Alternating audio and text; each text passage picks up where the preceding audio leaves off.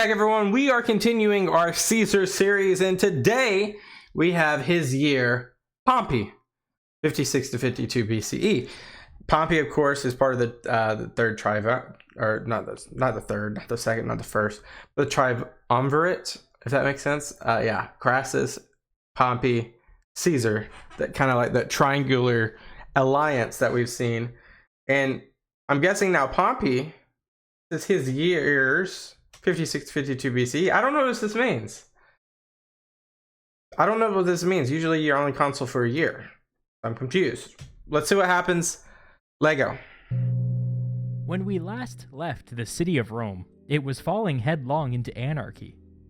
The radical senator Clodius had transformed himself into a man of the people, and through the use of street gangs, had disrupted public life in the city. Yeah, we saw he took gladiators as mercenaries, and they basically had not martial law, but close to it in terms of like his authority. Another senator, a conservative named Milo, had responded by raising street gangs of his own. Public life had slowly returned to normal, but at the cost of violence on the streets and political uncertainty. Milo, the conservative, looked to the courts to bring an end to the violence. He brought a case against Clodius, accusing him of inciting violence. Well, yeah, this dude needs to be shackled. He killed people. Everybody knew that Clodius was guilty, but he was able to bribe and threaten his way to a not guilty verdict. As a big old middle finger to Milo, Clodius then brought an identical case against him. Everybody knew that Milo was guilty too, but that didn't stop the Senate from running to his defense. At the trial, as Pompey was speaking on Milo's behalf, Clodius turned to his supporters in the crowd, and together they drowned out Pompey with an obnoxious chant. Clodius would shout, "Who's starving the people to death?" And the crowd would answer, "Pompey." They were referencing the fact that Pompey had been put in charge of Rome's grain supply. Then Clodius would shout, "Who wants to campaign in the east?" And the crowd would answer, "Pompey." There were rumblings that the Senate was going to pick somebody to lead an army to Egypt, and Pompey was definitely interested in the job, so that one was true. Then Clodius would shout, "Who should go instead?" And the crowd would answer, "Crassus." Crassus? Pompey's ally? What did he have to do with this? There had always been unsubstantiated rumors that Crassus was secretly funding Clodius's street violence. Right, and we saw that last time. We saw that it was kind of like a there's discrepancies within this relationship. Why is Crassus so attached to Clodius? And this seemed to confirm that there was some sort of arrangement between the two men. The chants soon died away, and Clodius's supporters changed tactics, spitting at Pompey. Before too long, How is this guy not dead? Caused a fight, mostly because it's bad manners. In the struggle that followed, Pompey was pulled down off the speaking platform. He escaped injured. The trial was called off. After the brawl, Crassus started to make a series of public speeches, arguing that the Senate should put him, and not Pompey, in charge of the yet-to-be-formalized expedition to the east. Pompey's worst fears were confirmed. The two men were coordinating. This was dangerous.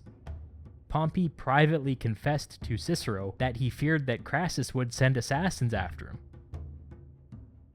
When it was time for candidates to declare themselves for next year's consulship, the conservatives put forward Cato's brother-in-law, a man named Domitus. If elected, he pledged to recall Caesar from Gaul and take over his command. It was in this context that Caesar summoned Pompey and Crassus to come and meet with him at what we now call the Conference of Luca. Yeah. Pompey and Crassus were at each other's throats, and Caesar's command was in jeopardy. The secret alliance between these three men, the Triumvirate, was splintering. Caesar's political survival depended on Domitus going down in defeat. This is when Caesar suggested that Pompey and Crassus should run against Dominus on a joint ticket. If they won, Pompey and Crassus would have the power to extend Caesar's governorship. Right, because Caesar's obviously just trying to wait out till his 10 years is over so he can become consul again. And then he's trying to give Spain to Pompey and Syria to Crassus. And secure prestigious governorships for themselves. The three men agreed. As we know, Pompey would get Spain and Crassus would get Syria. Mm-hmm. The two men returned to Rome, with their alliance renewed. Around this time, Caesar sent a message to Clodius to negotiate a side deal. If Clodius would agree to throw his support behind Pompey and Crassus this year, the Triumvirate would agree to support his older brother's bid for consul next year. Quid pro quo. Clodius agreed. This was an ingenious bit of politicking on Caesar's part. It was spring now, and the elections were scheduled for the summer. Pompey and Crassus immediately declared their candidacies and started campaigning. But they needed more time, so Clodius summoned his street gangs and did everything he could to disrupt public business. It worked, and the elections were postponed for the sake of public safety. But Clodius's tactics didn't make him any friends. At one point, when the Senate was scheduled to meet, a bunch of his fellow senators physically blocked Clodius from entering the building. Clodius promised that if they didn't let him in, he'd have I'm gonna go get those gladiators. the Senate house burned down. Oh god. Yikes. Summer How is this guy a freaking senator, guys? I get this was near barbaric in terms of how people operated in terms of morals and checks and balances, but come on, this Clodius guy is just out of hand. He just needs to be quartered at this point. turned to autumn and then winter, and still no elections. When the snows came in Gaul, Caesar allowed his men to travel to Rome as private citizens to vote. And so, late in the year, thousands of off-duty soldiers showed up in the city, and then, coincidentally, the street violence stopped. Elections were scheduled for January. On the last day of the year, Rome's two consuls stepped down, and there was nobody there to replace them. Okay. On the day of the election, before dawn, a group of conservatives, led by Cato and Domitus, their candidate for consul, showed up at the voting grounds. They wanted to be there early, to make sure that there was no funny business. But there was funny business. A bunch of Pompey and Crassus's supporters were already there, armed. They attacked the conservatives, killing some and driving the rest away. This is crazy. Like, I did not think that Rome was this violent in politics. Apparently, Cato was wounded while defending Domitus. After the sun rose, Caesar's soldiers and Clodius's gang members came forward to cast their votes. Pompey and Crassus won their elections easily, surprising nobody. Since this election was taking place in January, the two men assumed office immediately. When elections happened, they were supposed to be overseen by consuls. This led to this weird scenario, where Pompey and Crassus were immediately responsible for overseeing the election that they had just participated in. The elections for praetor happened next, and this year Cato was a candidate. As Cato was in the process of winning his election, Pompey arbitrarily dissolved the assembly, citing bad omens. Then, after his armed thugs made their rounds, he started up the voting again. This time, weirdly, a bunch of people switched their votes, and Cato did not win. This is crazy. It was obvious to everybody what Pompey had done, and many in the crowd were upset. Then, they elected the aediles. Pompey began picking and choosing which elections were valid and which were not. Coincidentally, his allies got in, and everybody else had their results thrown out. That's crazy. This was too much for people to handle. Pompey had gone mad with power. There was some pushing and shoving in the election pens. Both factions had secretly brought weapons, and things got deadly pretty quickly. At the end of the day, Pompey returned home victorious, but covered in blood. When his pregnant wife saw him, she fainted, and would later have a miscarriage. His wife, by the way, was Caesar's daughter, Julia. Oh. The marriage had been arranged years earlier to cement Caesar and Pompey's alliance through the Triumvirate. Okay. Once the dust had settled, Pompey and Crassus had an ally in the Senate introduce legislation giving 5-year governorships to Pompey and Crassus, and a 5-year extension to Caesar. There we go. So Caesar has it all the way up to his 49 BC. As agreed, Pompey would get Spain, Crassus would get Syria, and Caesar would stay in Gaul. Yep. But these weren't normal governorships. The legislation also gave the governors authority to unilaterally declare war, without consulting the Senate. I mean, Caesar's kind of been doing that already. This ruffled a lot of feathers, but eventually the legislation passed, and their obligation to the Triumvirate was fulfilled. And then our sources get a little patchy. But in the fall, we know that the elections were held for the year 54 BCE. Pompey and Crassus supported Clodius's older brother for consul, just as they had promised. He won his election, but so did Domitus, Cato's conservative brother-in-law that ran last year. In the winter, Crassus departed for Syria. He would not return, but we'll get to that another day. Pompey decided Like, he would not return to Rome ever?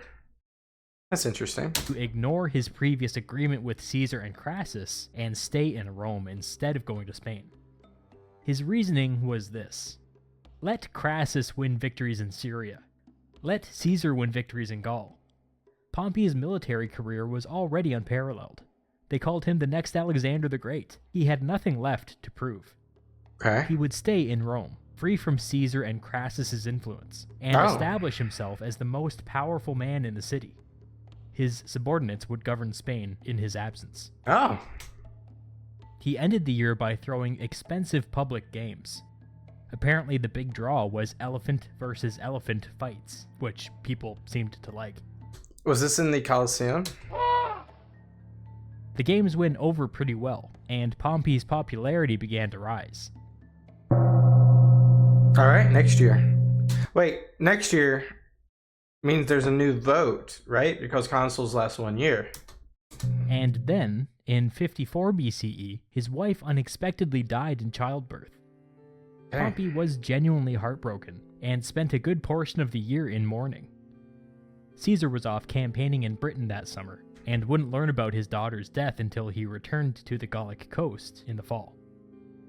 Now, the legal bond between Pompey and Caesar was severed, and the Triumvirate was back to being as fragile as ever. When the elections for that year rolled around, there was a massive corruption scandal. All of the candidates for consul were caught bribing the consuls who would be overseeing their election. I mean, what's new? Last year, Pompey had shown everybody how easy it was to pick winners and losers, and everybody was interested in replicating his success. Yeah. But fortunately, they were all caught before any of this could happen. Everybody was disqualified, and the election was pushed back 6 months so that new candidates could be found. With violence on the streets and corrupt elections, Romans were feeling like the political system was becoming more and more unstable. People began to whisper that Pompey should step up and re-establish order. The word dictator started to be thrown around. Before too long, brand new candidates were campaigning for consul.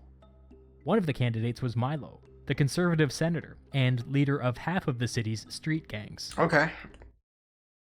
Please tell me it's not Clodius. Well, To Clodius, the leader of the other half of the city's street gangs, this was unacceptable. Clodius decided that if Milo was running, there would be no election. He took to the streets, and Rome descended into anarchy. Oh my god. Clodius's gangs and Milo's gangs clashed all over the city. There were deaths every day, and corpses were just left lying openly on the streets. Public business ground to a halt.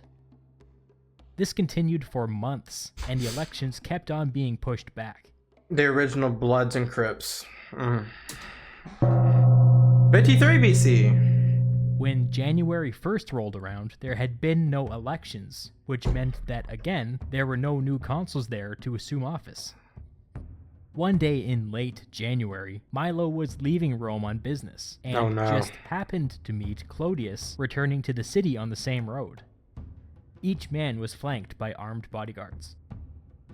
The groups almost passed in peace, but 2 gladiators working for Milo couldn't keep their mouths shut, and started taunting Clodius's men. Fighting broke out spontaneously.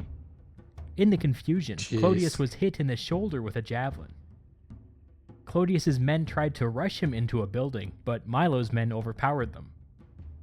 Clodius was killed, and his body was just left on the road. Oh my god! Okay, now I was kind of advocating for that for the longest time, but this changes everything. This is the fork in the road. Eventually, Jeez. a traveler recognized Clodius's body and had it sent to Rome. Jeez. When it got to Rome, news spread of Clodius's death. An angry mob gathered. They took his body and marched toward the Forum.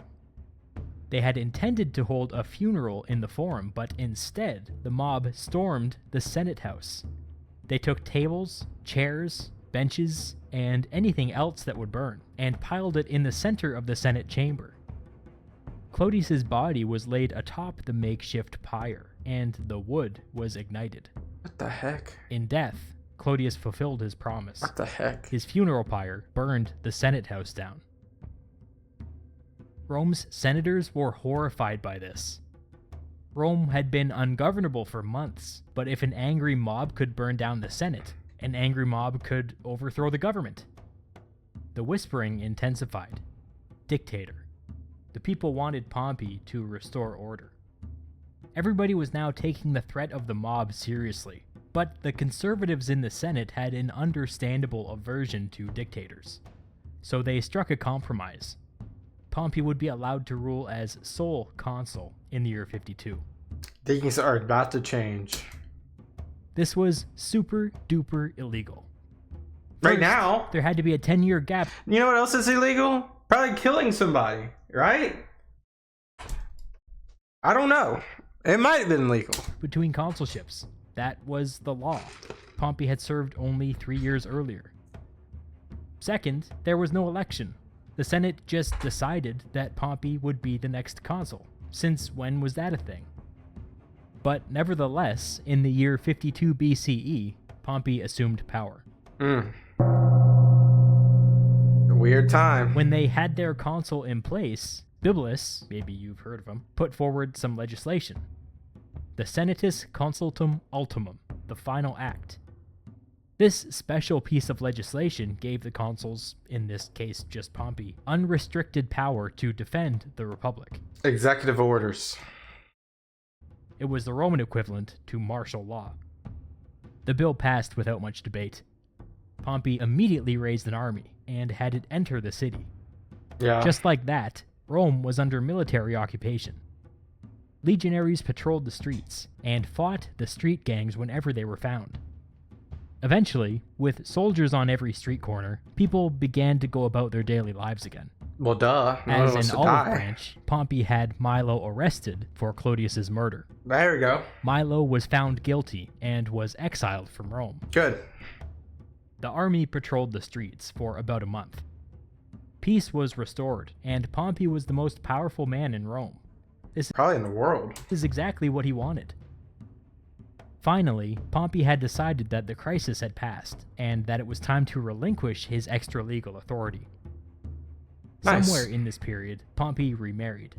He invited his new father-in-law, a leading conservative, to serve with him as consul for the remainder of the year.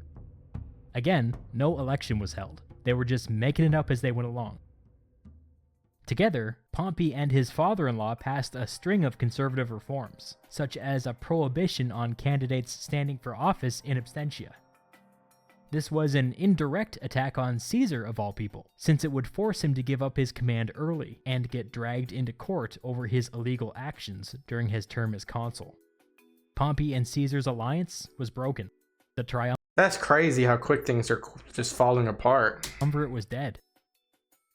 Pompey achieved his dream of becoming the most powerful man in Rome by openly abandoning Caesar's reform faction and transforming himself into the champion of the conservative cause.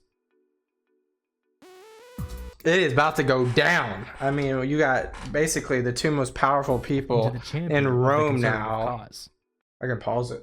The two most powerful people in Rome are at odds with each other now, with different measures and different ways about doing things. And now he's going to retroactively go back and say, oh, yeah, you were bad. You know how I feel about retroactive. It just doesn't make sense just to kind of go back and say, oh, remember when you did that thing? That was bad now. So now you got to pay for that. A lot of contradictory and ironic situations here. But now Pompey's the man. Caesar's kind of like on the outside. See what happens. Pompey's 56 to 52 years. Seems like, of course, he shared 55 BC with Crassus as consuls, and then from there they kind of like were in the background, but like also like respected. And then at the end, he became quote unquote dictator, and that was just because of the anarchy. So it's getting interesting and weird in Rome right now. So we'll have to see what happens. Appreciate you watching and reacting. Thank you guys so much. I will see you guys next time. Peace out. Bye bye.